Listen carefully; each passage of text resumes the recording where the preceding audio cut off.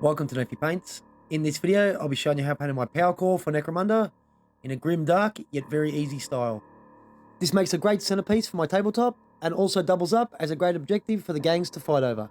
With that, let's crack in. Before painting, I've sealed off the globe using some hobby tape. I do this because I'm going to be airbrushing. I don't need any paint to go onto the globe. If you try this and you do get some on the glass, it's not a big deal, you can always just clean it off. Before I move on to painting, I need to undercoat the model. I've done this with Vallejo's black primer. I've run this through my airbrush with a couple of drops of Vallejo's flow improver mixed in. With the black primer, I go over the entire model until it's got a nice even base coat. Just to note, the airbrush was set to 30 psi, so not too strong, but strong enough to push the paint through and give the model a nice even coverage of the undercoat.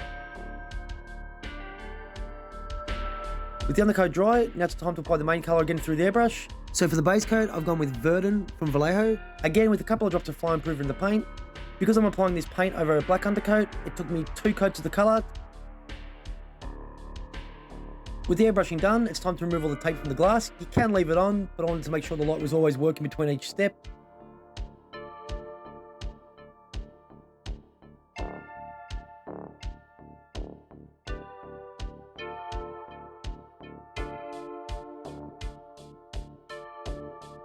Now it's time to put all the silver down. This is done with Leadbelcher from Citadel. This is painted straight out of the pot. I've applied this with 1 to 2 coats. Painting on the silver took the longest, as all the trimming needed to be silver, along with 90% of the other details on the model. When applying the silver, I try to avoid the Verdin as best as I could, but if a little bit of silver did get onto it, I wasn't too worried, as I can cover this up later with some weathering.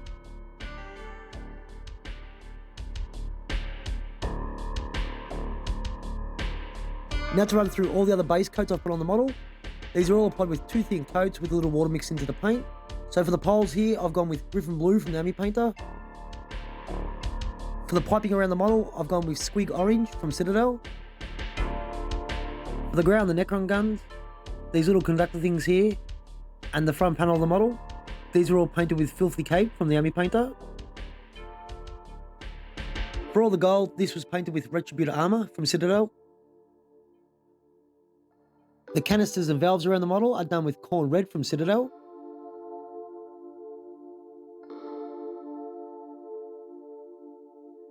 These little circular bits at the top here are done with Bonewhite from Vallejo. And all the black areas are done with Abbadon Black from Citadel.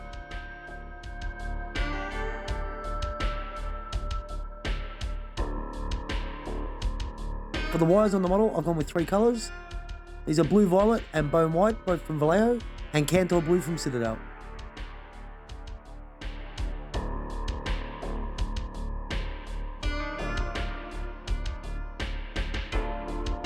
To mark out the hazard stripes around the base of the model, I've made this little template out of plasticard. I've put a little bend in it so I can make the line straight from the top down the side. And with the pencil in this little template, I've gone around the base just marking out my hazard stripes.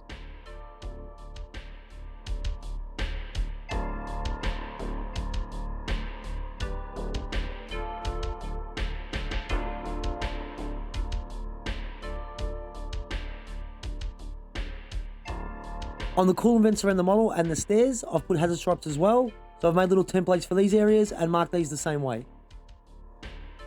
The 2 colours for the hazard stripes are Averland Sunset and Abbadon Black, both from Citadel.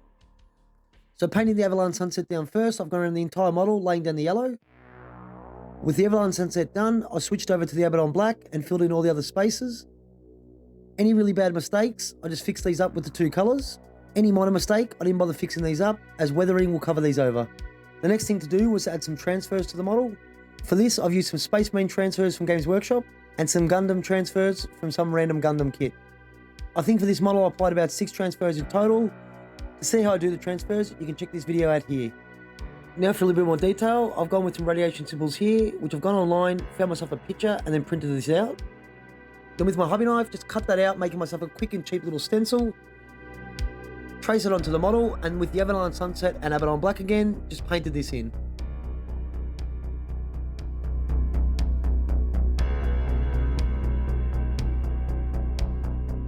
With all the base coats down, now it's time to move on to the fun part of the painting, the weathering.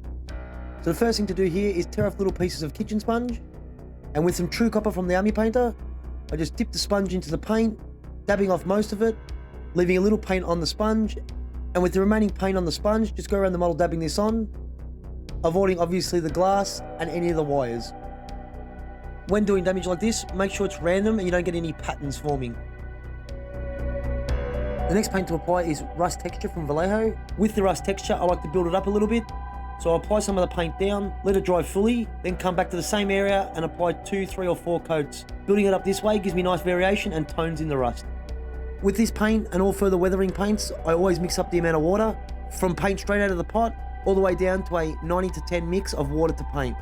The reason I do this, you get different tones and stains on the model with the amount of water you put in.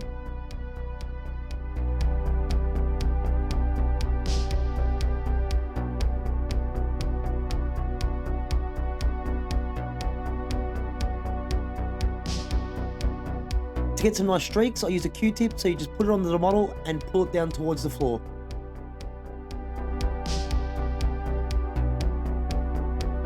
The next step is a 50-50 mix of oiled earth from Vallejo and some water. Just using a big brush, I wash this over the entire model.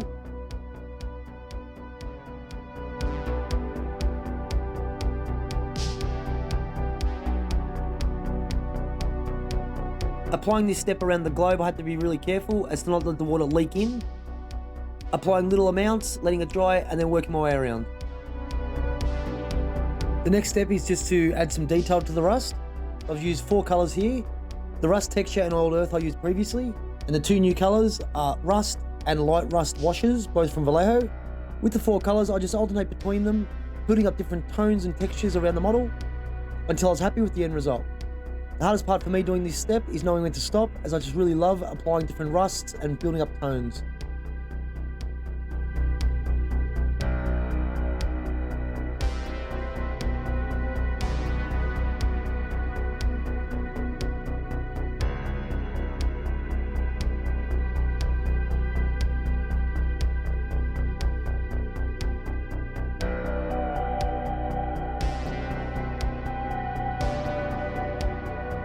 Just a quick note, when I painted the white parts on the Necron guns, the footage was way too blurry and unusable. I used matte white from the Amyu painter, painted the orbs and in between the cracks with this colour. Once the white had dried, I used some Carroburg Crimson from Citadel and just washed this over the top, and doing these area was as easy as that. The final step and the last 2 colours to apply to the model are Slimy Grime Light and Slimy Grime Dark, both from Vallejo.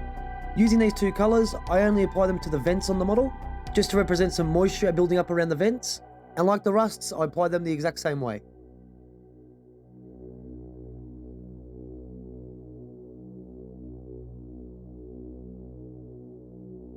And with that, the model's painted and ready for the tabletop. Thanks for watching Nayfee Paints. If you liked the video, please click the sub button or leave me a like. If there's anything you'd like to see in a future video, please leave a comment in the comment section below, and I'll see you in the next one. Catch ya.